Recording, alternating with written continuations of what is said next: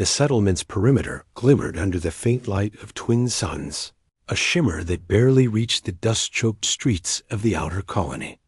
It was a place where survival often demanded cruelty, and the strong entertained themselves with the misfortune of others. Among the many exhibitions of dominance, none were more anticipated than the so-called gift exchanges, where captives or rare creatures were presented to the most notorious figures of this colony for amusement. Cale had earned a reputation in these outer reaches not through cruelty, but through a stubborn indifference to spectacle. Unlike the others, he preferred solitude and quiet work in his mechanical shop, repairing old drones, engines, and devices scavenged from abandoned ships. Yet today, the crowd's noise and jeering were inescapable as he emerged from his shop, drawn to the commotion by the echoing laughter that had traveled down the narrow alleyways dot at the center of the square. Illuminated by a harsh spotlight was a small, trembling figure. Her skin glimmered faintly in shades of pale green, almost like the reflection of leaves after rain. Her limbs were thin and bruised, and her large eyes, dark with fear, darted from face to face. The crowd's amusement was palpable. This was no ordinary alien. She had been wounded deliberately before being dragged into the settlement, and now she was displayed as a curiosity, a toy for someone's entertainment. "Give her to Cale," someone shouted from the shadows. It was a challenge, meant to provoke laughter and delight in the cruelty. But Cale's face remained impassive as the crowd parted to allow the girl to be brought to him. She fell to the ground at his feet, groaning from pain. A wound in her side leaked a dark, viscous fluid, and every shallow breath she drew was a struggle. Some of the onlookers laughed, calling it entertainment. Cale knelt beside her, ignoring the jeers. His fingers brushed the edge of her torn clothing, assessing the damage quickly. "She needs help," he said quietly, his voice carrying just enough to cut through the din. The crowd murmured in disbelief, some shifting uncomfortably at his words. In this world, mercy was weakness, and weakness was punished. But Cale's mind was resolute. He would not let amusement dictate his actions. He lifted her carefully, supporting her fragile frame against his chest. The alien's eyes widened in panic at the proximity, but she sensed no immediate threat. Cale turned away from the crowd, striding toward the outskirts of the settlement, where his workshop offered a sanctuary. He ignored the shouts, the threats, and the disbelief. Here, survival would not be a spectacle. Inside the workshop, Cale laid her gently on a padded table, examining the wound. It was deeper than it appeared. An infection had already begun to take hold. He retrieved sterilizing fluid from a shelf, his movements deliberate and careful. The girl flinched at the first touch, but he spoke softly, a steady reassurance in a language she could not understand, yet somehow felt. "This will sting," he warned, but there was no malice in his tone. "It must be cleaned." Hours passed as Cale worked tirelessly. He stitched the wound with painstaking precision, applied healing compounds from vials he had synthesized himself, and monitored her vital signs. Through the night, the alien girl remained unconscious, her breathing shallow but steady. Cale refused to sleep, refusing to leave her side even as exhaustion pressed against him. By morning, the sun had risen higher, casting warm beams through the workshop windows. The girl stirred, blinking slowly as awareness returned. She tried to speak, but no sound came. Cale handed her a small container of fluid to drink. She sipped cautiously, her eyes never leaving his. In that moment, something unspoken passed between them, a fragile trust, born not of words, but of action. Days turned into weeks, and Cale continued to care for her. He fashioned a makeshift bed from blankets and cushions, designed tools for her comfort, and even taught her some of the mechanics he worked with. She was quick to learn, her intelligence remarkable, and soon she was assisting him in small repairs. Despite the vast differences between them, a bond grew, built on respect, necessity, and a quiet recognition of shared resilience. The people of the settlement were not forgiving. Rumors spread quickly. Cale was harboring the alien, defying the unwritten rules of amusement and cruelty. Some came to challenge him, hoping to reclaim the girl for their entertainment, but Cale faced them without fear. His workbench had become a fortress of ingenuity, traps, and devices that ensured intruders were met with non-lethal deterrence, enough to force them back without unnecessary bloodshed. During one tense evening, a scout from the ruling faction of the colony appeared at his door, demanding the alien be returned.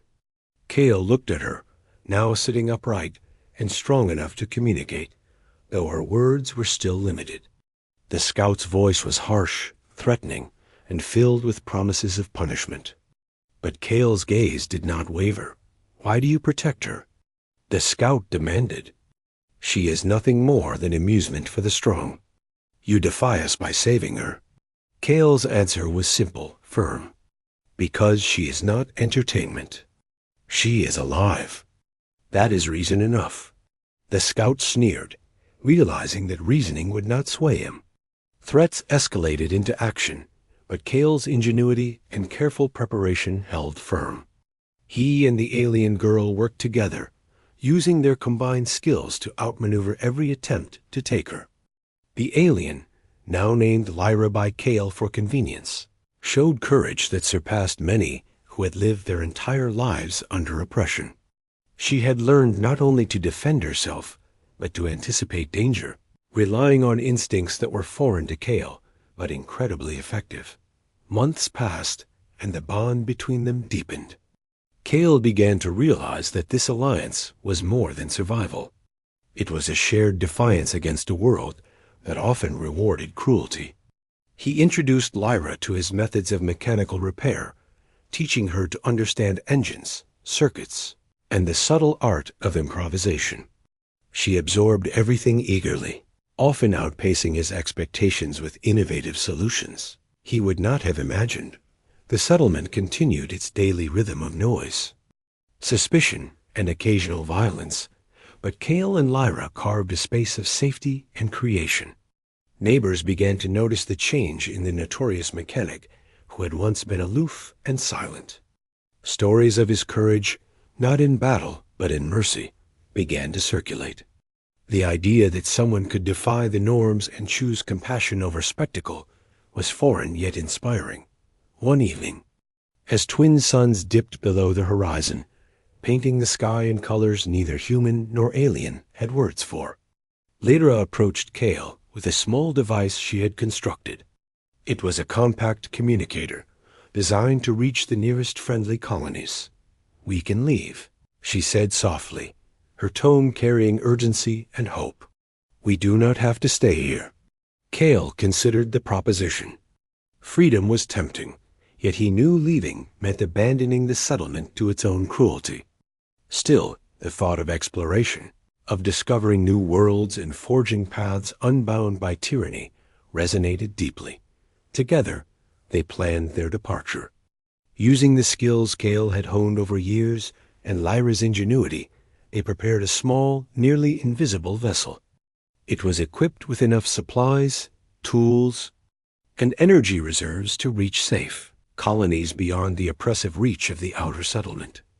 When the night of their departure arrived, they slipped through shadows and silent streets, unnoticed by those who would have sought to stop them.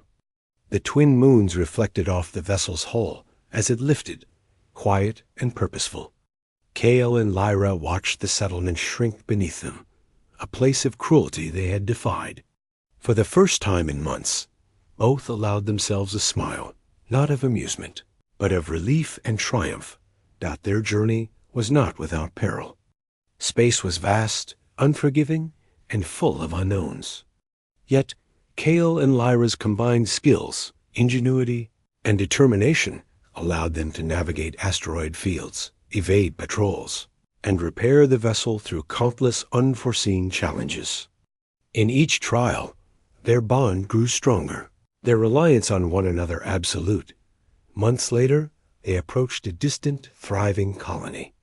Its cities glimmered beneath a sun of pure white light, and the air shimmered with the hum of advanced technology. They had arrived at a place where life could thrive without fear of amusement-driven cruelty. For the first time, Lyra could move freely, her wounds long healed, her spirit strong. Kale and Lyra stepped onto solid ground together. The colony welcomed them cautiously, but with curiosity, drawn by the story they carried, the tale of survival, compassion, and ingenuity. Here, they would continue their work, teach, and perhaps inspire others to defy cruelty and embrace the humanity that existed even across species. As the sun set once more, Kale looked at Lyra, no longer a frightened, wounded alien, but a capable, intelligent being whose survival had challenged the expectations of an entire settlement.